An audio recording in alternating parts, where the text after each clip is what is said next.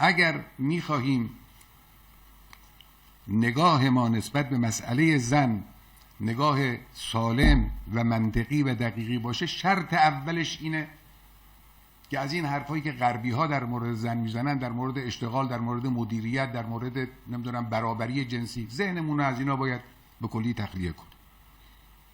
یکی از بزرگترین خطاهای تفکر غربی در مورد مسئله زن همین عنوان برابری جنسی است.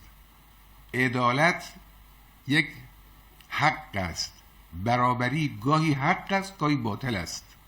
چرا باید انسانی را که از لحاظ ساخت طبیعی، چه از لحاظ جسمی چه از لحاظ عاطفی، برای یک منطقه ویژه‌ای از زندگی بشر ساخته شده، او را از اون منطقه ویژه جدا کنیم، به منطقه ویژه دیگری که برای یک ساخت دیگر، برای یک ترکیب دیگری آماده کرده خدای متعال، به اونجا بکشونیم؟ چرا؟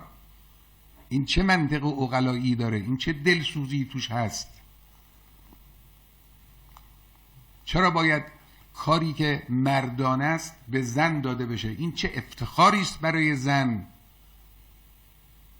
که کاری رو انجام بده که مردانه است. من متاسفم که گاهی خود خانم ها، خود بانوان روی این مسئله حساسیت نشون میدن که ما با مردا چه فرقی داریم. ما بله، در خیلی از مسائل هیچ تفاوتی نیست. نگاه انسان، نگاه اسلام نسبت به زن و مرد نگاه انسان است. در مسئله انسانیت، سیر مقامات معنوی، استعدادهای فراوان فکری، علمی، تفاوتی نیست. اما قالبه ها دو قالبه، یک قالب برای یک کار، یک صنف کار، یک قالب برای یک کار دیگه است. البته کارهای مشترکی هم وجود داره. ما بیاییم یکی از این دو قالب را از منطقه اختصاصی خودش بکشیم بیرون، ببریم در منطقه اختصاصی اون قالب دیگر. این خدمته، این کاریش که غربی ها دارن میکنن.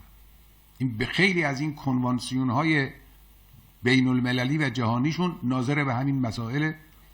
روی این فکر غلط زندگی بشریت رو تباه کردن، خودشون رو تباه کردن، دیگران رو هم میخوان تباه کنن.